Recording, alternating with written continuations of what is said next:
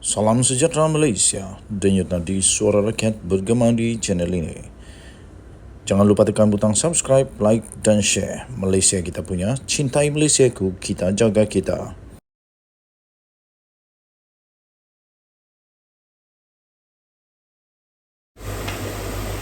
Salam sejahtera Malaysia. Misteri Nusantara. Antara misteri yang paling besar di Malaysia sekarang ini adalah tentang di mana Jolo. Dulu ada kartun, ada animasi di TV, di mana Jo Jambul. Macam ngam lah dengan Jolo. Di mana Jo Jambul? Jo Jambul. Ini Jolo. Di mana Jolo? Setelah bertukar-tukar ketua polis negara, tukar lagi ketua polis negara, tukar lagi ketua polis negara. Sudah bertukar lebih daripada sekali bertukar, Jolo masih belum pernah dapat ditangkap. Jadi dia punya misteri di mana Jolo. Terbaru, tapi walaupun begitu, terbaru akhirnya SPRM mendedahkan lokasi terbaru Jolo yang mereka percayai di mana Jolo berada. Terbaru SPRM percaya Jolo sedang bersembunyi di Macau. Berapa besar Macau ini? Kenapa tidak dapat dicari si Jolo? Mungkin susah juga lah kalau Macau itu sebesar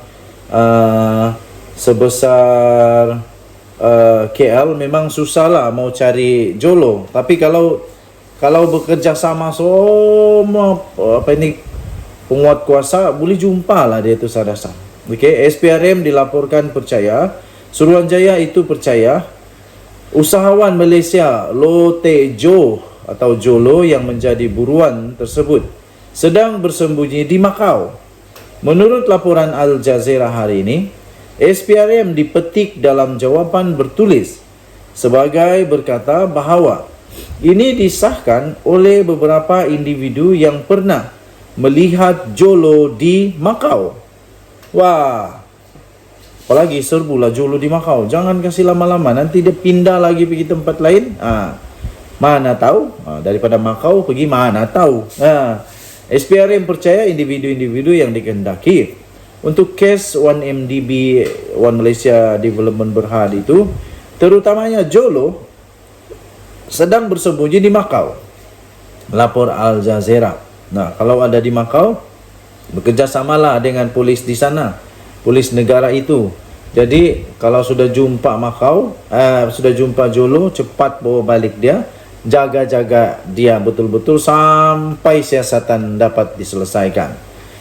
Menurut laporan itu, pendedahan tersebut dibuat hanya beberapa minggu selepas penahanan suspek 1MDB yang agak tidak dikenali, iaitu Ki Kok Tiam.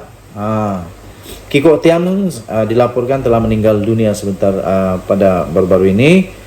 Tak sampai pun sebulan beliau sampai di Malaysia, sudah dilaporkan meninggal dunia kerana sakit mengejut. Pada 3 Mei, Ki yang difahamkan adalah pembantu Loh ditahan ketika tiba di lapangan terbang antarabangsa Kuala Lumpur.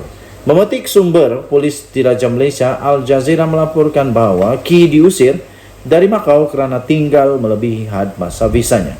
Selepas dirakam kenyataannya, SPRM mula bagaimanapun telah membebaskan Ki dan berkata bahawa tiada pertuduhan berkenaan terhadapnya buat masa ini. Putrajaya, kata SPRM, tidak menerima sebarang makluman daripada Macau mengenai pengusiran Ki, tetapi dipetik sebagai berkata bahawa mereka menyedari bahawa Ki dihantar pulang dari Macau berdasarkan perangkaian perisikan. Kertas siasatan itu tertumpu kepada aset milik Ki Kok Tiam di Singapura yang telah disiapkan dan diserahkan kepada pejabat peguam negara untuk tindakan seterusnya, kata seorang pegawai. Rangkaian berita yang berpenggalan di Doha itu menambah bahawa SPRM memaklumkan bahawa ia telah pun mengumpulkan risikan sejak kerajaan mengeluarkan larangan perjalanan terhadap beberapa suspek 1MDB termasuk Ki. SPRM berkata ini berlaku sejurus selepas pilihan raya pada tahun 2018 yang lalu. Perdana Menteri pada ketika itu, Najib Razak, dan Parti UMNO yang diterajuinya mengalami kekalahan teruk dan ditumbangkan selepas lebih 60 tahun berkuasa. Najib sedang menjalani hukuman penjara selama 12 tahun Berhubung kes rasuah membabitkan penyelewengan sebanyak 42 juta ringgit Malaysia dana daripada SRC International yang pernah menjadi anak syarikat Puan MDB. Kita jumpa lagi. Bye-bye. Salam sejahtera Malaysia. Polis Diraja Malaysia akhirnya mengumumkan perkara yang dinantikan oleh rakyat Malaysia. Tahniah diucapkan kepada Polis Diraja Malaysia yang berjaya melaksanakan tanggungjawab amanah tugas mereka dengan baik sekali. Tak kiralah orang besar kah, orang kecil kah, bekas Perdana Menteri kah, bekas menteri kah, sedang menteri kah, berkuasa kah, tak berkuasa kah, selagi tinggal di Malaysia perlu ikut undang-undang, keluhuran, perlembagaan serta kedaulatan undang-undang yang ada di Malaysia. Terbaru ini polis ambil keterangan 9 kaki tangan daripada kesedar kerana songlap wang berjumlah 24.8 juta. Oi, harapkan pegar makan padi. Kes songlap 24.8 juta ringgit Malaysia. Polis ambil keterangan 9 kaki tangan kesedar. Polis mengambil keterangan 9 kaki tangan Lembaga Kemajuan Kelantan Selatan atau Kesedar bagi membantu siasatan berhubung kes pecah amanah membabitkan nilai 24.8 juta ringgit Malaysia. Oleh kerana nama dia Lembaga Kemajuan Kelantan Selatan Kesedar, saya fikir benda ni berlaku di Kelantan. Aduh, kasihan. Sudahlah Kelantan sekarang ada masalah air, ada masalah pembangunan, macam di Sabah juga lah. Tapi Sabah sekarang okey lah. Nampak macam ada perubahan yang bagus sekarang di Sabah. Terima kasih kepada kerajaan terbaru sekarang ini. Sudahlah susah, makin susah lagi. Ada orang pula yang ambil kesempatan, songlap pula wang ini.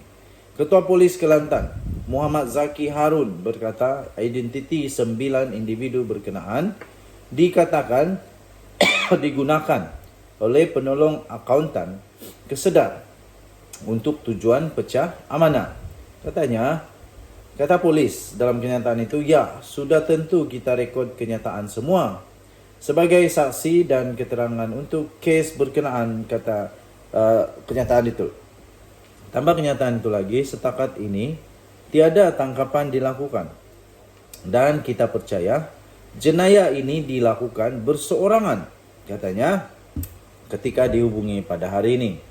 Pada semalam, Malaysia kini melaporkan seorang lelaki telah ditahan atas dakwaan telah menggelapkan 24.8 juta ringgit Malaysia daripada Kesedar dengan menyalahgunakan pengenalan diri 9 kaki tangan lain untuk memindahkan wang berkenaan. Menteri Kemajuan Luar Bandar dan Wilayah iaitu Ahmad Zahid Hamidi berkata, penolong akuntan itu telah melakukan perbuatan licik itu selama 8 tahun. Wow, kaya raya lah. Ini baru penolong akuntan, belum lagi akuntan. Kalau dia jadi akuntan, tak tahulah macam mana dia sakau wang. Entah berapa ratus juta dia sakau kalau dia akuntan. Nasib baik penolong akuntan. Pendedahan timbalan Perdana Menteri itu susulan daripada penahanan seorang penolong akuntan Kesedar selepas dipercayai telah pecah amanah berjumlah 24.8 juta ringgit Malaysia. Pada Sabtu yang lalu, seorang lelaki berusia 37 tahun itu ditahan pada jam 12.21 tengah malam oleh pasukan dari bahagian siasatan jenayah Ibu Pejabat Polis Daerah IPD Gua Musang. Sepandai-pandai tupai melompat, akhirnya jatuh ke tanah juga.